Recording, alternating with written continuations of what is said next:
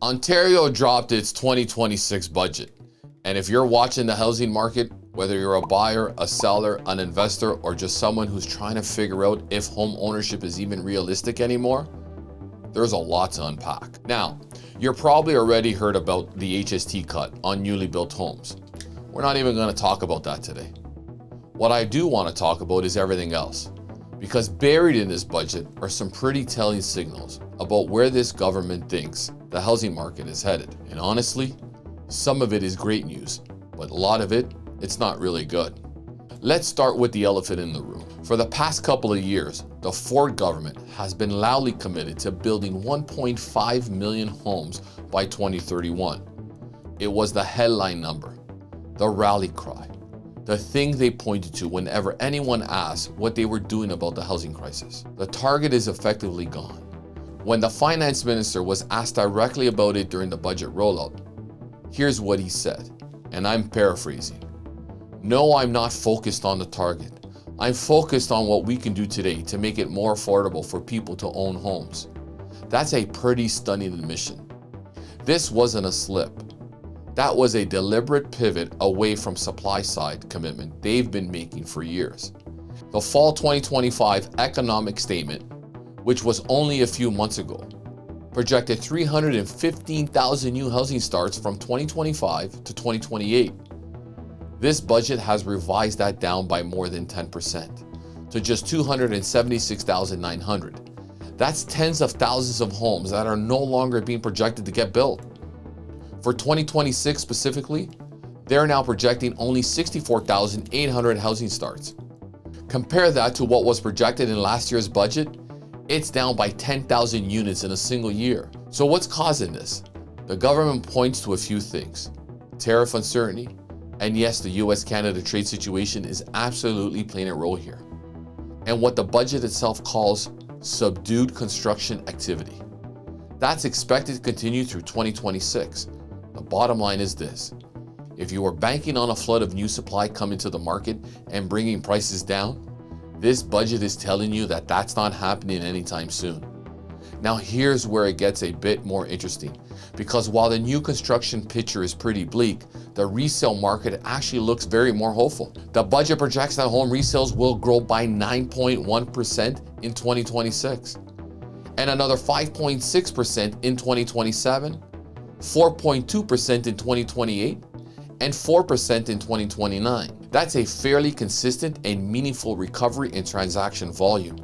And it tracks with what a lot of real estate watchers have been saying, that lower interest rates are starting to unlock demand that's been sitting on the sidelines. People who want to buy but held off, or people who wanted to sell but didn't want to move into a brutal market. But here's the nuance. More resale transactions don't automatically mean lower prices. In fact, if buyer demand comes back faster than new supply hits the market, and based on those starting projections, it will, you can actually see upward pressure on prices again, especially in the GTA and other high demand areas. So the resale market recovery is real, and it's a positive sign for the market activity.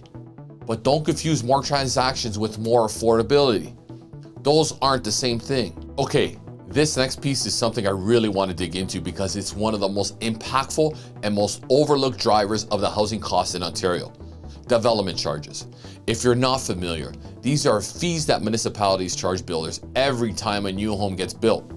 The idea is that new development requires new infrastructure, roads, sewers, schools, and the builders should help pay for it.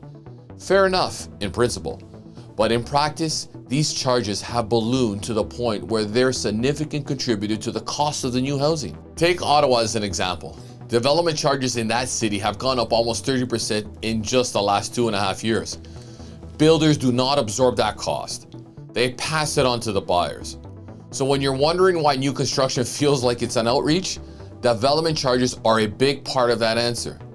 This budget commits to working with the federal government to create funding for municipalities that agree to significantly reduce their development charges. The idea is essentially, we'll help cover the infrastructure gap, but you have to come to the table and bring those fees down. Now, and I want to be clear about this, the details are still very vague. No specific dollar amounts were announced. No timeline for when this program will launch. No list of which municipalities are eligible or what that criteria will look like. This is more of a commitment to direction than a fully banked policy.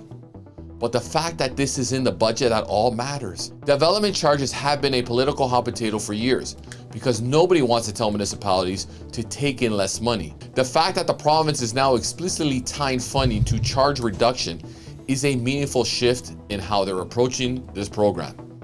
If this program actually gets implemented and municipalities participate, it could meaningfully reduce the cost of new homes. But we're going to have to watch on how this develops over the coming months. So let's zoom out. Look at what this budget is really telling us. Ontario is in a tricky spot. The province wants to be seen as doing something about the housing affordability, and to their credit, they're making moves. But the environment they're operating in is genuinely difficult. Trade uncertainty is making developers nervous. Construction costs are high, and municipalities have their own fiscal pressures that make them reluctant to give up development charge revenue. The 1.5 million home target being quietly dropped is symbolic of something larger. The government is recalibrating expectations. They're no longer promising a supply revolution. They're promising incremental progress and trying to manage the demand side through incentives. For buyers, the resale recovery projection is a green light that the market activity is coming back. But don't expect a buyer's market. For people waiting on new construction, the numbers suggest you may be waiting longer than you hoped. And for anyone following the policy side of this, the development charge conversation is one to really watch most closely, because that's where real structure change could eventually come from. That's the Ontario 2026 budget on housing. Thank you for watching Revealing Real Estate. And if you want to stay on top of the latest in all things real estate, make sure you're following the OP team. We got you covered.